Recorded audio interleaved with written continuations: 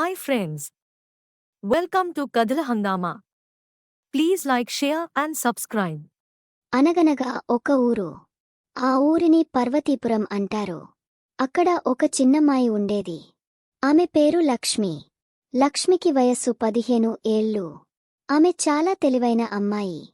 ఎంత చురుకుగా ఉండేదంటే ఊరిలో అందరికీ ఆమె గురించి మంచి అభిప్రాయముండేది. ఒకరోజు లక్ష్మి తన స్నేహితులతో కలిసి ఆడుకుంటూ బయటికి వెళ్ళింది. అందరూ ఆనందంగా ఆడుకుంటున్నారు. అంతలో అక్కడికి ఓ చిలుక వచ్చి ఒక్కసారిగా కింద పడిపోయింది. ఆ చిలుక గాయపడినట్టు కనిపించింది. అందరూ భయపడ్డారు. కాని లక్ష్మి ధైర్యంగా ముందుకి వెళ్లి ఆ చిలుకను చేతిలోకి తీసుకుంది. ఆమె చిలుకకి ఫస్ట్ ఎయిడ్ వేసింది.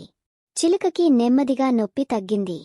ఆ తర్వాత లక్ష్మి ఆ చిలుకను ఇంటికి తీసుకెళ్లి మంచి గుడ్డతో కప్పి దానికి తిండి పెట్టి ప్రేమగా చూసుకుంది. కొద్ది రోజుల్లో ఆ చిలుక పూర్తిగా మళ్లీ బాగైపోయింది.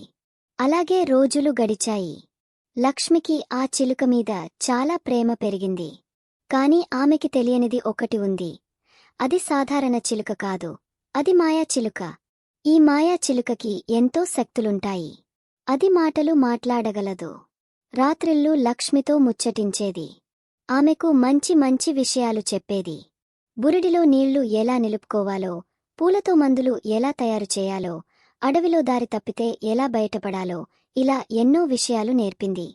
ఒకసారి పర్వతీపురం గ్రామానికి దగ్గర అడవిలో పెద్ద అగ్ని ప్రమాదం జరిగింది. గ్రామస్తులు భయంతో పరుగులు తీశారు. కాని లక్ష్మి ఆ మాయాచిలుక సహాయంతో అక్కడికి వెళ్లి కొన్ని జంతువులను రక్షించింది. చెట్లు మంటలలో చిక్కుకున్నప్పటికీ చిలుక తన మాయాశక్తులతో ఆ మంటలను ఆపింది. లక్ష్మి, చిలుక కలిసి ఎంతో సాహసం చేసి అందరికీ ఆదర్శంగా నిలిచారు.